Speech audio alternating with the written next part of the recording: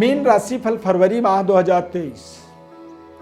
फरवरी के महीने में मीन राशि वाले जातकों के जीवन में किस तरह के ग्रहों का गोचर होने वाला है, क्या परिवर्तन हो सकता है और क्या सहयोग अपने आप के लिए आपको करना होगा। 5 फरवरी 2023 को शनि अस्त हो जाएंगे कुंभ राशि में। तो शनि के अस्त होने पर आपके जीवन में किस तरह के परिवर्तन बदलाव हो सकते हैं, इस बात का आपको विशेष विश्लेषण करके बताएंगे। मैं श्री अरविंद दिव्यरत्न ज्ञान चैनल में आपका बहुत बहुत हार्दिक स्वागत करता हूं। नमस्कार, जय माता दी। प्रिय दर्शकों, सबसे पहले तो यदि आप चैनल में हमारे पहली बार जुड़ रहे हैं तो हमारे चैनल को फटाफट अभी सब्सक्राइब कर लीजिए, बेल आइकॉन बटन को प्रेस कर दीजिए ताकि आप ऑल नोटिफिकेशन को, ताकि आपको नए कार्यक्रमों का नोटिफिकेशन मिल सके। फेसबुक पेज पर देख रहे हैं तो पेज को आप लाइक कर लें, फॉलो करें, जुड़े रहें हमारे साथ। हमारे इस खास कार्यक्रम में आपको कार्यक्रम के अंत में बताएंगे कि क्या उपाय करनी चाहिए, किस देवी देवता का आपको उपासना करनी चाहिए और किस तरह से आप हमारे साथ सीधे जुड़ सकते हैं। आप यहां पर सबसे पहले इस चार्ट में देखें कि गोचर ग्रह किस तरह से आपके रहेंगे इस पूरे माह में। चंद्रमा गुरु फर्स्ट हाउस के अंदर विराजमान है, राहु द्वितीय भाव में मेष राशि में, तृतीय भाव में मंगल वृषभ राशि में, अष्टम भाव में केतु, दसम भाव में धनु राशि में बुध, लाभ स्थान पर सूर्य का गोचर मकर राशि में और द्वादश भाव में शनि शुक्र की युति। मीन राशि के अंदर गुरु और चंद्रमा की युति बन रहा है। 15 फरवरी के बाद शुक्र का आगमन होगा, यानी कि आपके कुंडली में, आपके जन्म राशि चक्र में चंद्रमा गुरु और शुक्र की युति बन जाएगा। ये एक बेहद अद्भुत शुभ संयोग इसे कह सकते हैं, क्योंकि शुक्र उच्च का होता है मीन राशि में, गुरु स्वग्रही होता है और चंद्रमा के साथ इन दोनों की युति बनना, गुरु और शुक्र का युति बन जाना, ये अपने आप में शुभ संयोग बनता है। सूर्य 13 फरवरी को कुंभ राशि में गोचर करेंगे, तो सूर्य के नजदीक होने के कारण शनि ग्रह जो है 5 फरवरी से अस्त हो जाएंगे अगले 36 दिनों तक। बुध भी 7 फरवरी को मकर राशि से कुंभ राशि में गोचर कर जाएंगे, यानी लाभ में। तो व्यापार के स्वामी लाभ में जाएंगे, तो निश्चित रूप से व्यापारिक बड़े परिवर्तन। परंतु सबसे पहले यदि स्वास्थ्य की बात करें तो स्वास्थ्य के लिए ये समय ठीक है। इस समय अवधि में आपको थोड़े से अपने संयम नियम का पालन आपके लिए बहुत जरूरी है। शुक्र और चंद्रमा और गुरु की युति बनने का मतलब होता है कि थोड़ी सी भौतिकता या एक सेक्सुअल पावर की थोड़ी सी अभाव महसूस करेंगे, थोड़े से निगेटिव नकारात्मक सोच आपके अंदर हावी होगा। और शुक्र बलवान होने के कारण ही आप अपने आप में ही काल्पनिक जीवन को महसूस करेंगे। कल्पनाओं में आप थोड़े से ज्यादा समय का इस्तेमाल करने की कोशिश करेंगे। तो कल्पना में जीवन को नहीं जिया जा सकता है, उसके लिए हकीकत को अपने जीवन में स्वीकार करना जरूरी होता है। तो थोड़े से आप स्वास्थ्य का अपने ध्यान रखें और आप अपनी वीकनेस, अपनी कमी, अपने शारीरिक कमजोरियों का पूरा निवारण इस माह में करते रहें। चंद्रमा गुरु की युति होने का मतलब होता है कि विद्यार्थियों के लिए समय बहुत अच्छा रहेगा, बेहतर परफॉर्म आप करते चले जाएंगे। लेकिन शुक्र के आगमन के माध्यम से ही कुछ भौतिकता की ओर आपका रुझान बनेगा, जिससे अपने आप को आपको बचाना होगा। 7 फरवरी के बाद बुध का कुंभ राशि गोचर बेहद सकारात्मक रहेगा।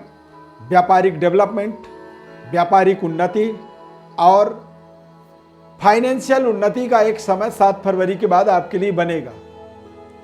7 फरवरी के बाद आप कुछ नए सुख सुविधाओं को अपने जीवन में अर्जित कर पाएंगे। नई कोई वाहन खरीद सकते हैं, नई घर की चाबी आपको प्राप्त हो सकती है, या फिर नए घर में गृह प्रवेश आप कर सकते हैं। कारोबार व्यापार में कुछ नए तरीके के प्रोडक्टों को जोड़ सकते हैं, नए तरीके की कनेक्टिविटी आपकी बन सकती है। यदि मीन राशि है, आप अविवाहित हैं, विवाह ही नहीं हुआ है, तो विवाह के शुभ संयोग भी इसे आप मान सकते हैं। हालांकि शुक्र की दृष्टि सप्तम भाव में नीच राशि में पड़ रहा है, नीच दृष्टि पड़ रही है, तो ऐसे समय में यदि कोई भी आप अपने जीवन साथी का डिसीजन करते हैं, निर्णय करते हैं, वो निर्णय आपके लिए गलत हो सकता है। इस बात का आपको ध्यान रखना होगा। तो यदि आप अविवाहित हैं, विवाह का कोई निर्णय आपके जीवन में होने वाला है 15 फरवरी के बाद, तो आप थोड़ा सा समय दें, इंतजार करें। और जब शुक्र का गोचर मेष राशि में मीन राशि से होगा, जब शुक्र यहाँ से दूसरे राशि में गोचर करेंगे, तो उसके बाद यदि आप करोगे तो वो आपके लिए बेहतर परिणाम कारक साबित हो सकता है। शनि के अस्त होने का मतलब होता है कि थोड़ी सी आपकी आमदनी में आपको असंतुष्टि होगी। जो आपका लाभ आ रहा था, जब जो लाभ हो रहा है, उस लाभ में थोड़ी सी आपको दिक्कत दिखेगी, थोड़ा सा दिक्कत महसूस करेंगे, और थोड़े से खर्चे भी आपके ज़रूरत से ज़्यादा बढ़ सकते हैं। कई बार या तो हमारी आमदनी में रुकावट होती है, या फिर कई बार हमारे जीवन में खर्चे अचानक ज़रूरत से ज़्यादा होने लगते हैं, तो भी हमारी आमदनी थोड़ी सी कम पड़ जाती है। तो इस तरह की स्थिति, सिचुएशन शनि के कारण आपके जीवन में बन सकता है। चंद्रमा गुरु की युति आपको आपके करियर में बेहतर डेवलपमेंट, उच्च स्तरीय वर्ग के साथ आपके संबंधों को बेहतर बनाता है, और चंद्रमा गुरु की दृष्टि आपको आपके पारिवारिक सुखद वातावरण को निरंतर इंक्रीज करने में आपको सहायता करेगा। परंतु व्यापार के बड़े डेवलपमेंट के लिए, बड़े बदलाव के लिए आपको किसी भी प्रलोभन में आने से बचना होगा। 15 फरवरी से फरवरी के अंत तक आपको ध्यान रखना है कि किसी भी तरह की कोई एक्स्ट्रा मैरिटल अफेयर इत्यादि कोई रिश्ते इस तरह के अचानक ना जुड़ें। यदि कोई रिश्ते इस तरह के जुड़ते हैं तो आप समझें कि आपके लिए कहीं ना कहीं नुकसानदायक साबित हो सकता है। हमारे जीवन में धन यदि चला जाए तो वापस मिल जाता है, लेकिन चरित्र में कोई दाग लग जाए वो कभी नहीं धुलता है। जन्म जन्मांतर वो हमारे चरित्र में एक टैग बन जाता है, लग जाता है, और उसे हम कभी नहीं हटा पाते हैं। तो यहाँ पर थोड़े से अपने चरित्र का, अपने रिश्तों का विशेष सावधानी पूर्वक आपको पालन करनी चाहिए। समय की अनुकूलता का, समय के सकारात्मकता का आपको स्वयं लाभ मिलेगा। उसके लिए आपको किसी से कोई रिलेशनशिप जोड़ने की जरूरत नहीं होती है। यदि आपको लाभ होने का आपके जीवन में योग है तो वो होगा ही होगा, उसमें कोई दुनिया की ताकत आपके लाभ को रोक नहीं सकता है। मीन राशि वाले जातकों के लिए शनि के 7.5 का एक स्टार्टअप समय है, पहला चरण है, पहला फेस है, और अभी यहाँ से ये स्टार्ट हो रहा है। तो 7.5 के स्टार्टअप के बाद भी फरवरी के महीने में आपको पूरी सकारात्मक परिणाम से हम जोड़ रहे हैं, बता रहे हैं। तो इसका कारण बृहस्पति का गोचर, बृहस्पति चंद्रमा का गोचर, ये आपके लिए बेहद शानदार हंस नाम का एक विशेष राजयोग का निर्माण कर रहे हैं। और ये राजयोग आपको आपके जीवन के तमाम संकटों में, तमाम समस्याओं से भी कैसे बाहर निकलना है, इसके लिए वो आपको ज्ञान, इंटरनल आत्मज्ञान का संचार भी देवगुरु बृहस्पति आपके जीवन में कर रहे हैं। इसीलिए ये समय, पूरे फरवरी का महीना, संतान का भाग्योदय, संतान की उन्नति, कारोबार व्यापार में नई डेवलपमेंट, पारिवारिक सुखद वातावरण और भाग्योदय से आप पूरे माह में जुड़े रहेंगे। मीन राशि वाले जातकों को हनुमान जी की विशेष उपासना करनी चाहिए। हनुमान जी की कृपा आपके ऊपर यदि बना है तो आप समझें कि आपके जीवन में ना तो ढैया, ना 7.5, ना किसी तरह के राहु केतु, किसी भी दोष को आप हावी नहीं होने दे सकते हैं। तो हनुमान जी की आप उपासना निरंतर करें।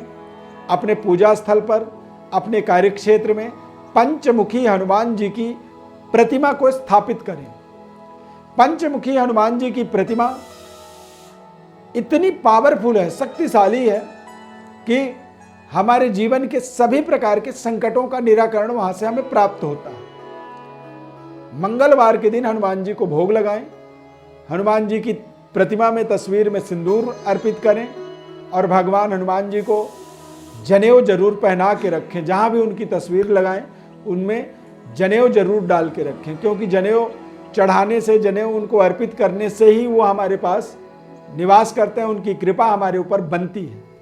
मीन राशि वालों को मूंगा, मोती और पुखराज रत्न का प्रयोग करना चाहिए, लेकिन मीन राशि और मीन लग्न होना जरूरी है। अब यदि आप केवल राशि के आधार पर रत्नों का चयन करेंगे तो वो आपके लिए नुकसानदायक हो सकता है।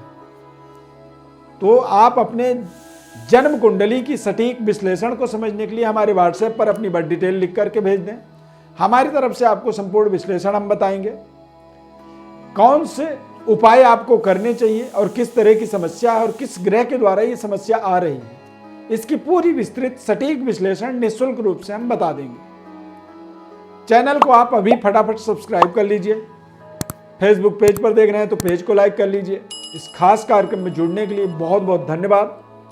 माता रानी की अपार कृपा बनी रहे आपके ऊपर, शनि देव की अपार कृपा बनी रहे और शनि के 7.5 को भी आप वरदान अपने जीवन में बना दें अच्छे कर्मों के द्वारा, हनुमान जी के कृपा के द्वारा।